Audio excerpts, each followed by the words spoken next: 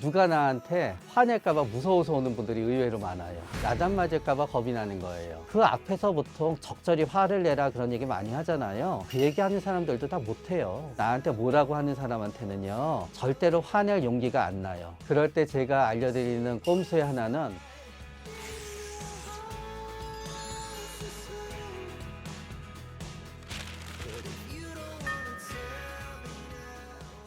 정신건강의학과 전문의 최명기입니다. 오늘 빅퀘스천 구독자분들을 만나 뵙게 되어서 반갑습니다. 모든 고통은 걱정을 수반하지만 걱정이 가져야만 되는 딱 하나의 특성이 있어요. 걱정은 대상이 있어야 돼요. 내가 이 일을 해야 될까 안 해야 될까 고민이 되든지 연인과 헤어질까가 고민이 되든지 대상이 있어야 돼요. 대상이 없을 때는 그건 이제 걱정이라고 할 수가 없어요. 그러니까 걱정은 걱정거리가 있어야 돼요. 불안은 막연해서 대상이 없어요. 또 걱정이라고 할 정도면은 트라우마에 의해서 할 정도로 그렇게 엄청 나를 계속 죽을 듯이 괴롭히지 않을 때 우린 걱정이라 그래요. 그러면서 또 트라우마는 과거에 있었던 일이잖아요. 근데 걱정은 조금 다른 게 미래에 있을 일에 대해서 걱정해요. 그래서 걱정은 모든 면에 있어서 중간에 위치하는 거예요. 첫 번째는 뭐가 될까 안 될까 걱정하는 분들이 있어요. 시험에 붙을까 떨어질까, 취직이 될까 안 될까, 개업을 했는데 성공할까 실패할까, 올해 장사를 망쳤는데 내년에도 계속 망쳐서 망하면 어떡하나, 이게 걱정이 되는 거죠. 일단은 걱정할 권리를 인정해 드려야 돼요. 누가 걱정을 하잖아요.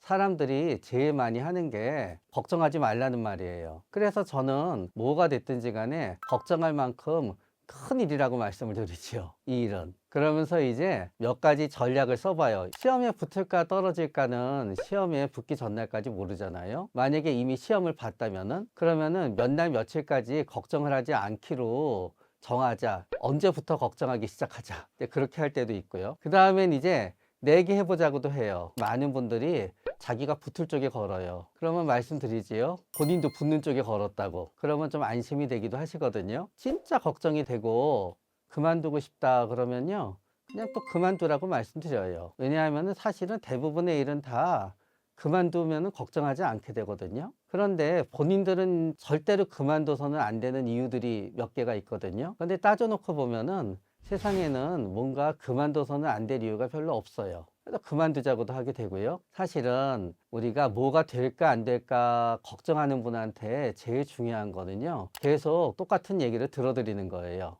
그래서 얘기할 곳이 있으니까 걱정을 조금 덜 하게 되는 거거든요. 그래서 걱정하지 않을 방법을 얘기하지만 끝에 꼭 말씀드려요. 안 해도 된다고. 그래서 걱정을 갖다 없앨 수 있는 특효에 해당되는 방법은 일의 경우에는 그다지 많진 않아요. 왜냐하면 그분은 멈출 수가 없으니까요. 결국은 걱정 자체는 확 줄어들 수가 없어요. 그냥 계속 걱정할 권리를 인정해 드리고 걱정을 계속 들어드리는 게 제일 현실적인 방법이 돼요. 두 번째 분들의 유형은 뭔가 하면은 누가 나한테 화낼까봐 무서워서 오는 분들이 의외로 많아요. 결국은 야단 맞을까봐 겁이 나는 거예요. 근데 두 개의 요소가 있지요. 하나는 야단을 맞을까봐 겁이 나요. 두 번째는 야단 맞지 않고 살려니까 너무 답답해요. 남편이 화낼까봐 무섭다. 그러나 참고 살려니 너무 괴롭다. 엄마가 화낼까봐 무섭다. 참고 살려니 괴롭다. 직장 상사가 화낼까봐 무섭다. 참고 살려니 괴롭다. 누가 결국은 본인을 화를 내면 어떡하나 해서 이제 걱정하게 되지요. 아주 어렸을 때부터 겁이 많은 사람이 있고요. 아주 어렸을 때부터 겁이 없는 사람들이 있어요. 그러나 그 강도는 본인이 살아온 경험이 또 약간 영향을 줘요. 어렸을 때부터 수시로 부모님이 싸우고 소리 지르고 너무너무 무서운 거를 많이 봤다. 그러면 그분은 나이가 들어서도 조금 그럴 수가 있지요. 현재의 상황도 또 영향을 줘요. 내가 한 달 전에 교통사고로 죽을 뻔했어요.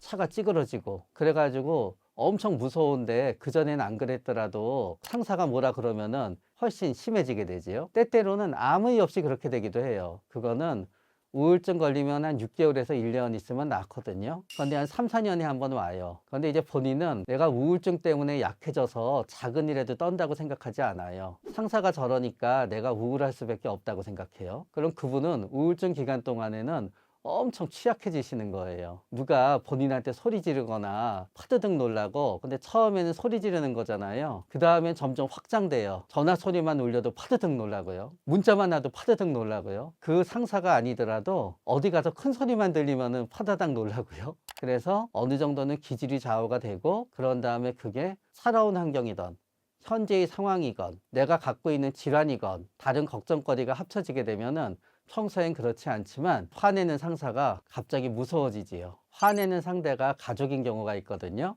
대부분 전화예요. 그런데 이렇게 일단 우리가 불안의 사이클에 들어서잖아요.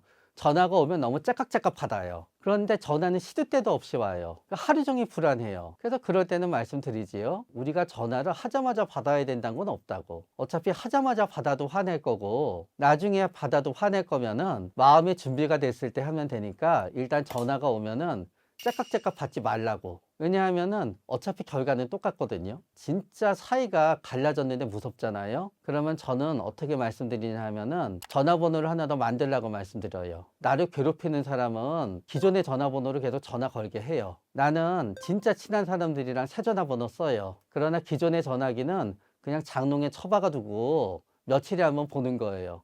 별거 아닌 것 같지만요, 접촉이 없으면은 걱정을 덜 해요. 그런 다음에 가급적 덜 만나라고 말씀드리지요. 그럴 때 제가 알려드리는 꼼수의 하나는, 절대로 나한테 화낼지 모르는 사람은 밖에서 만나라는 거예요. 집에서는 막 난리 치시지만요, 밖에서 식당에서 만나면은 난리 치지 못해요.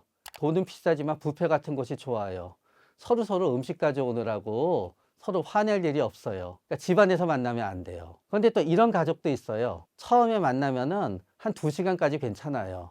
인간은 나이가 들면은 대단해지는 것 같지 애들이나 똑같아요.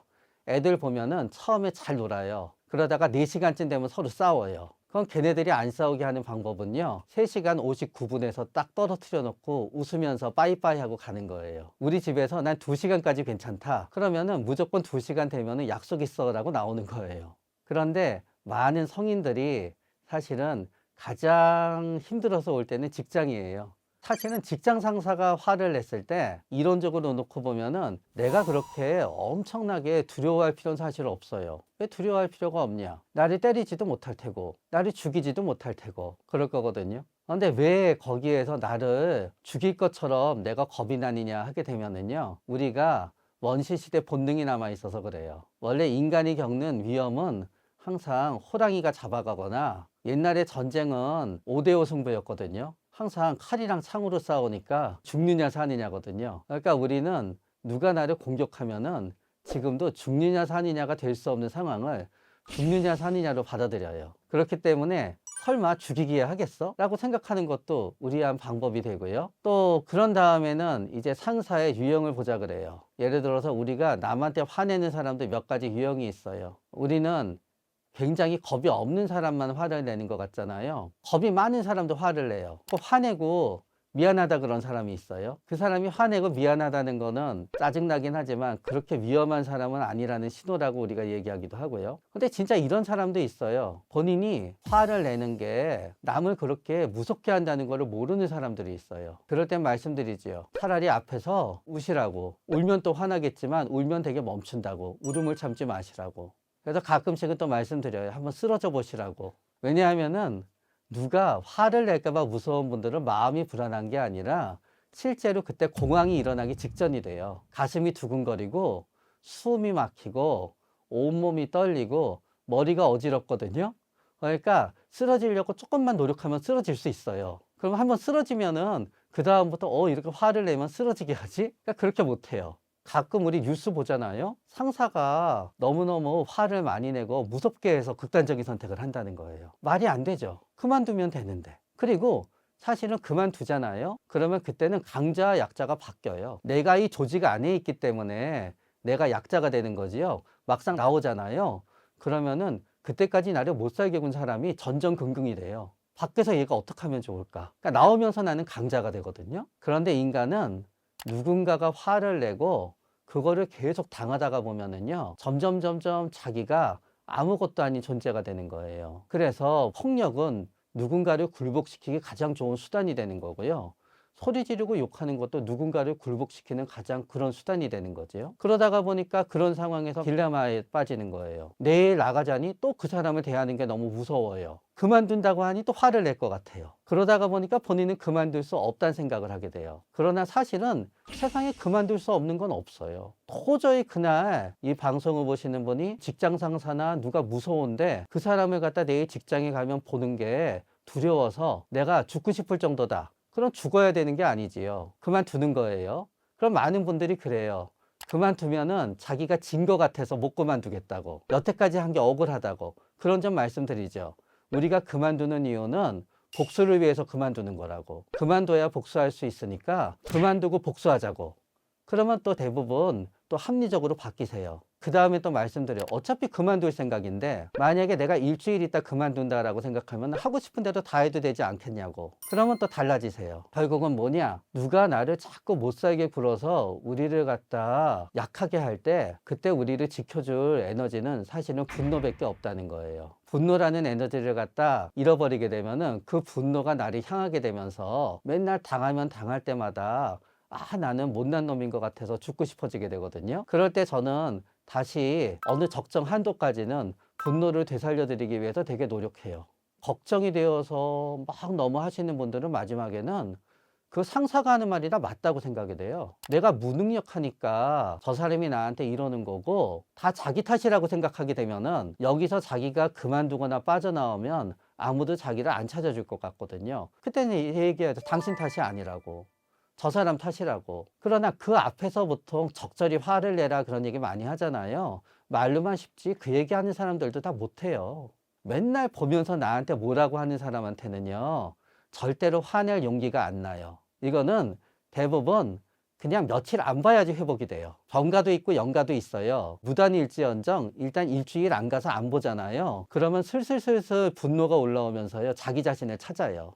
일단 안 봐야 해결이 되는 거지. 그래서 저는 그럴 때 말씀드리죠. 사표 내거나 혹은 병가를 내거나 연차를 쓸 때도 그 사람한테 설명하지도 말고 그 사람을 보면 안 된다고. 일단 며칠 안 보셔야지 회복이 된다고. 며칠 안 보면은 더 난리를 칠 거래요. 현재 당신이 100의 고통을 받는 건 100%라고. 만약에 당신이 갑자기 그렇게 함으로써 일주일 뒤에 500의 고통을 받을 수 있다 하더라도 확률이 20%면 여전히 100이라고. 그러니까 일단 지금 고통을 피하는 게 최고라고. 첫날에는 그 사람이 이만하게 보이거든요. 한 2, 3일 지나잖아요. 그 사람이 요만해져 보여요. 며칠 지나잖아요. 저하고 똑같은 크기로 보여요. 그런 다음에 이제 밖에 나가면서 이런 말씀 드리면 죄송하지만 노무사도 만나고 변호사도 만나고 세무사도 만나잖아요. 그러면 그 사람이 점점 조그매져 보여요. 그러다가 내가 진짜 패가 많았네 생각이 들면서 마음이 편해져요. 그리고 나서 마주치잖아요. 그럼 좀 괜찮아요. 근데 그러면은 상대방도 딱 알아요. 분위기가 다른데? 분위기가 달라지잖아요. 옛날처럼 날 그렇게 갖고 놀지 못해요. 그 다음에 오시는 분들은 자기가 뭔가를 망칠까봐 걱정이 돼서 오세요. 내가 이러다 자식을 망치면 어떡하지? 인생을 망치면 어떡하지? 좀 불확실하고 장기적이에요. 자식 걱정인 분한테는 이렇게 말씀드리지요. 자식은 우리가 다 하기 나름인 것 같다고 생각하지만 절반은 태어날 때 이미 도시계획이 끝나거든요. 쌍둥이인데 정신건강의학과 질환이 있다. 그러면 보통 50% 정도가 생길 확률이 있어요. 일란성 쌍둥이면은. 어떤 분은 그거를 크게 봐요. 50%가 생기지 않는다는 거는 얼마나 환경이 중요한가를 얘기해 준다고. 그러나 보통은 1%인 게 50%가 되잖아요. 내가 바꿀 수 있는 부분이 별로 없다는 걸 증명해 주는 거예요. 그래서 우리 아이가 어떤 아이가 될지에 대해서 사실은 이미 50%는 내가 건드릴 수 없는 영역에 있어요. 엄청나게 자식을 성공시키려고 하지만 대부분 다 거기서 거기라는 거는 우리나라의 강남이 보여주고 있어요. 다 똑같이 교육시키지요. 그러나 거기에서 부모가 원하는 대로 잘 되는 애들은 확률상 굉장히 극소수예요. 부모는 자녀를 잘 되게 하기도 어렵고요. 자녀를 망치기도 굉장히 어려워요. 그냥 위험에서만 지켜주면 되는 거예요. 그런데 여기에서 5% 내외, 10% 내외로 영향을 주는 부모는 사실은 엄청나게 잘 키워낸 부모들이 아니라요. 자식을 학대하는 부모가 그 확률을 만들어요. 절대적 학대가. 그렇기 때문에 자식을 망치기는 굉장히 힘들다고. 대신 좀 포기해야 되는 거는 엄청 잘 키우기도 어려우실 거라고. 또 본인이 여태까지 잘못 살아왔고 앞으로 인생이 망칠까봐 걱정인 분들한테는 이제 말씀드리는 게요. 과거에 그래서 망쳐진 게 별로 있냐고 말씀드려요. 사실은 걱정이 되는 점은 지금 본인이 불행해서 그렇다고 말씀드리지요. 본인의 현재 인생이 망쳤다고 생각하니까 미래도 망쳤을 거라고 생각하거든요. 그래서 본인의 현재 인생이 왜 망쳤다라고 생각하게 되면은 정해져 있는 것도 한두 가지밖에 없어요. 그럼 한두 가지만 바꾸자고 그러지요, 이제. 아니면은 오히려 반대로 아무것도 안 하는 쪽을 선택하면은 망치기도 어렵다는 거를 말씀드리지요. 예를 들어서 내가 이번에 자식 둘을 결혼 보내고 세 번째인데 결혼식을 망칠까 봐 걱정하는 엄마들이 되게 많거든요. 만약에 그런 분 있으면은 구체적으로 들어가요. 도대체 결혼식을 어떻게 해서 어떻게 망치실 것 같냐고. 그러면 이제 상견례나 만날 때 본인이 망칠까 봐 걱정이 된대요. 그러면은 말씀드려요. 아무 말도 안 하시면은 망치기도 쉽지 않다고. 아무 말도 하지 마시라고. 아무것도 안 하면 이게 엉망이 되면 어떡하니에요, 애들끼리 해서. 그러나 결혼식은 적어도 할 거 아니냐고. 아무것도 안 하면 결혼식은 저절로 굴러간다고. 대부분 망칠까 봐 걱정하는 분들은 별로 안 망쳐요. 망치는 사람들은요, 걱정이 없는 사람들이 망쳐요. 그래서 내가 망칠까 봐 걱정이 될 때는요, 아무것도 안 하면 돼요. 그럼 앞으로도 안 망쳐요. 내가 자식이랑 사이가 나빠서 사이가 더 망쳐질까 봐 걱정이 되잖아요. 지금부터 아무것도 안 하시면 돼요. 그럼 더 망쳐지지 않아요. 직장 생활 내가 잘못해서 사람들이랑 관계가 나빠져서 더 망쳐질 것 같잖아요. 지금부터 직장에서 한마디도 안 하면 돼요. 그러니까 아무 말도 안 하면 안 망치지요. 걱정하지 말고 확인해 보라고 말씀드려요. 예를 들어서 건강이 염려가 돼서 MRI를 찍을까요 말까요, 그런 분이 있어요. 그럼 전 말씀드려요. 건강에 대해서 이렇게 걱정이 많으신 거는 건강에 대해서 걱정이 없어서 암이 늦게 발견돼서 돌아가시는 분보다 굉장히 좋은 거라고. MRI는 우리 환자분께서 찍어달라고 해서 다 찍어주는 게 아니라고. 그러니까 신경과에 가서 얘기하시라고. 나 이래서 MRI를 찍고 싶다고. 의사가 안 찍어도 된다고 하면 안심하고 오시면 된다고. 의사가 찍자고 그러면 찍고 확인하시면 된다고. 괜히 이거를 찍어야 되나 말아야 되나 걱정하지 마시고 그냥 찍어달라고 얘기하시라고. 그리고 몸이 아프니까 걱정이 되시면은 가서 진찰을 받으시면 된다고. 외국에 이민 가서 잘 살까 못 살까 걱정이 되잖아요, 그 나라에 가서. 그러면은 일주일만 살아보시라고. 그래서 뭔가 걱정이 될 때는 일단 확인하면 된다고. 내가 무슨 시험을 갖다 준비해도 될까 준비 안 해도 될까 걱정이 된다고 하잖아요. 저는 그러면 아무 준비 안 하고 한번 시험 봐보시라고. 준비 안 하고 봤더라도 일단 보면 감이 잡힌다고. 될 시험인지 아닌지. 그러니까 대부분의 걱정은 이거를 하면 좋을까 안 하면 좋을까, 이렇게 되면 어떨까 하는 거는 체험해 보잖아요. 그럼 결판이 나요. 그래서 그냥 걱정하느니 굉장히 짧게 체험해 보면 돼요, 뭐든지. 또 이제 그 다음은 걱정이 되면은요, 다 하면 된다고 말씀드려요. 예를 들어서 내가 현재 A라는 일을 하고 있는데 A라는 일의 전망이 이래서 B라는 일을 갖다 하면 어떻게 될까 걱정이 된다. 그러면 말씀드려요. A 하면서 B도 하시라고.